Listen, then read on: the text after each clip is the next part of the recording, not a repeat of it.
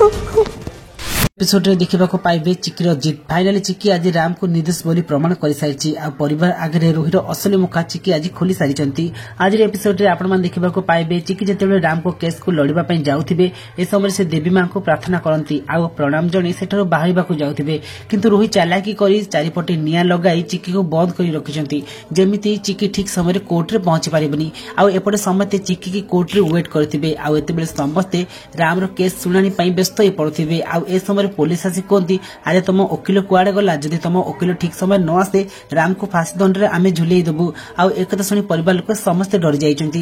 एपटे चिक्की निआं लिभेई घर को जीवा चेष्टा करछंती आ देवी मां को प्रार्थना करुछंती। तो फ्रेंड्स आपको कौन लगुच ठिकाना आज ठीक समय भाव कोर्ट से पहुंचे आउ राम को निर्दोष बोली प्रमाण करेंगे किंतु रोही आज चालाकी करी चिक्की को मारी दउछि। कौन सतरे आज चिक्की को देहरे गोली बाजी जानवा चाहूँ आम चैनल सहित जोड़ी रुहतु। आज एपिसोड भल लगे वीडियो को लाइक करंतु।